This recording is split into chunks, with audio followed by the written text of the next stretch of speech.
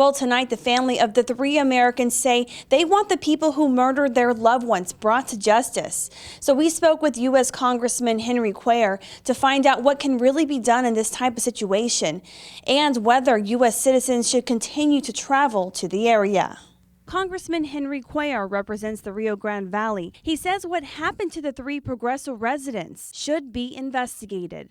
It's a horrible situation. I deeply feel for them and the family. But because the alleged murders occurred across the border, that investigation is really up to the Mexican government. What's important to me is that they're U.S. citizens, and we need to find out exactly what happened and what steps to make sure that we bring the people that did this to justice. The U.S. Department of State reports more than 150,000 Americans safely cross into Mexico every day. But the number of Americans murdered in Mexico is on the rise, and cartel violence continues in most parts of the country. I wish Mexico would ask the U.S. to help them more. There's a lot more we can do.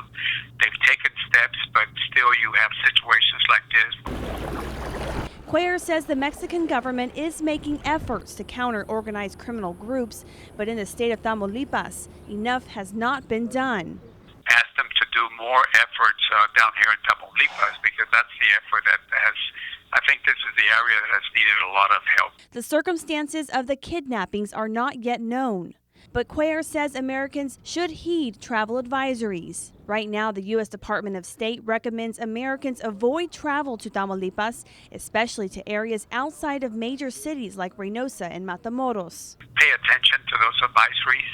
I know the Mexicans don't like it when we put those travel advisories, but again, we call it the way it is.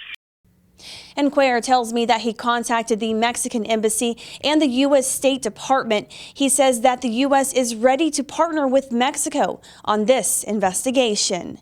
In the Hidalgo County newsroom, Nadia Galindo, Action 4 News.